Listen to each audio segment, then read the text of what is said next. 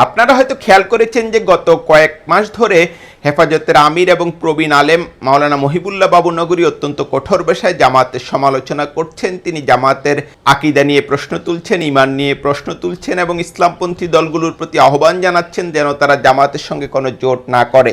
দৃশ্যত তার এই আহ্বান উপেক্ষিত হয়েছে। আমরা যেটা দেখছি যে হেফাজত সংশ্লিষ্ট সহ কয়েকটি দল এরই মধ্যে জামাতের সঙ্গে এক ধরনের জোট গঠনের প্রক্রিয়ায় জড়িত হয়েছে এবং তারা রাজপথে যুগপৎ কর্মসূচি পালন করছে।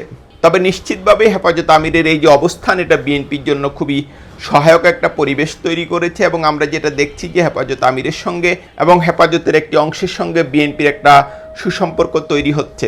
বিএনপির খুবই প্রভাবশালী দুজন নেতা এরই মধ্যে হেফাজত হেডকোয়ার্টার সফর করেছেন এবং তারা সেখানে দীর্ঘক্ষণ ছিলেন, দীর্ঘ আলোচনা হয়েছে। এমনিতে আমি যদি ইতিহাসের দিকে তাকাই তাহলে কয়েকটি দৃশ্যপট দেখতে পাবো।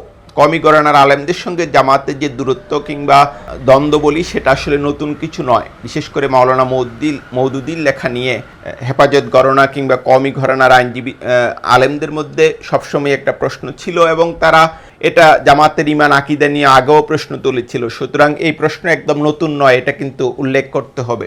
তবে গত 16-17 বছর দৃশ্যপট ছিল একদম আলাদা। বিশেষ করে আওয়ামী লীগের শাসনামলে আমরা যেটা দেখি যে জামাত এবং কওমি ঘরানার আলেম সবাইকে এ সময় খুবই নির্যাতন নিপীড়নের মুখে পড়তে হয়। তাদের বহু মানুষ শাহাদাত বরণ করেন, বহু লোক নির্যাতনের শিকার হন এবং তখন আমরা যেটা দেখি যে হেফাজত এবং জামাতের নেতাকর্মীরা খুবই পাশাপাশি ছিলেন এবং তারা একে অন্যকে নানাভাবে সহযোগিতা করেছেন। যদিও হেফাজতের একটি অংশ তখনও আওয়ামী লীগ সরকারের সঙ্গে সুসম্পর্ক বজায় রেখেছে এবং আমরা যেটা দেখি যে তাদের কেউ কেউ শেখ হাসিনাকে কওমি জননী উপাধিও দিয়েছেন।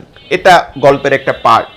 প্রথম আলোতে গতকাল খুবই ইন্টারেস্টিং একটা রিপোর্ট ছাপা হয়েছে, যেটা সেলিম জাহিদ লিখেছেন, তাদের বিশেষ প্রতিনিধি। তো সেখানে যেটা বলা হয়েছে যে বিএনপি চেষ্টা করছে হেফাজতকে কাছে টানার এবং খুবই দীর্ঘ রিপোর্ট। সেখানে একটা অংশ খুবই ইন্টারেস্টিং যে মাওলানা মহিবুল্লাহ বাবুনগরী এখন জামাতের ঈমান আকীদা নিয়ে প্রশ্ন তুললেও কিংবা জামাতের সঙ্গে কোনো রকম জোটের বিরোধিতা করলেও তিনি একসময় জামাতের সঙ্গে জোট বেঁধে রাজনীতি করেছেন। আমরা যেটা জানি যে 2001 সালের আগে বিএনপি, জামাত, ইসলামী ঐক্যজোট এবং জাতীয় পার্টিকে নিয়ে 4 দলীয় ঐক্যজোট গঠিত হয়। পরবর্তীতে এটাতে ভাঙচুর হয় নানা রকম। জাতীয় পার্টির একটি অংশ শেষ পর্যন্ত থাকে, এরশাদ চলে যান এবং পরবর্তীতে বহু বছর এটা ভাঙচুরের মধ্য দিয়ে গেছে।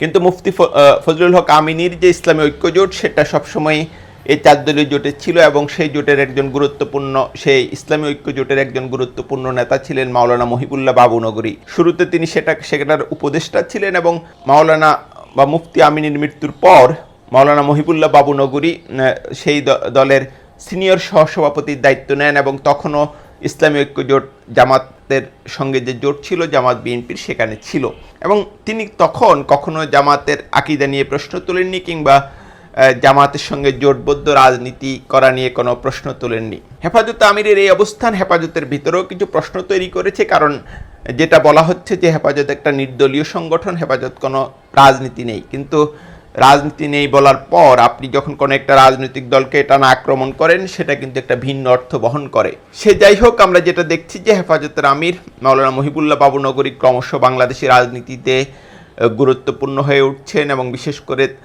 বিএনপি জামাতের প্রতিযোগিতা কেন্দ্রিক যে রাজনীতি, দ্বন্দ্ব কেন্দ্রিক যে রাজনীতি, সেখানে সম্ভবত আগামী দিনগুলোতেও তার ভূমিকা হবে গুরুত্বপূর্ণ।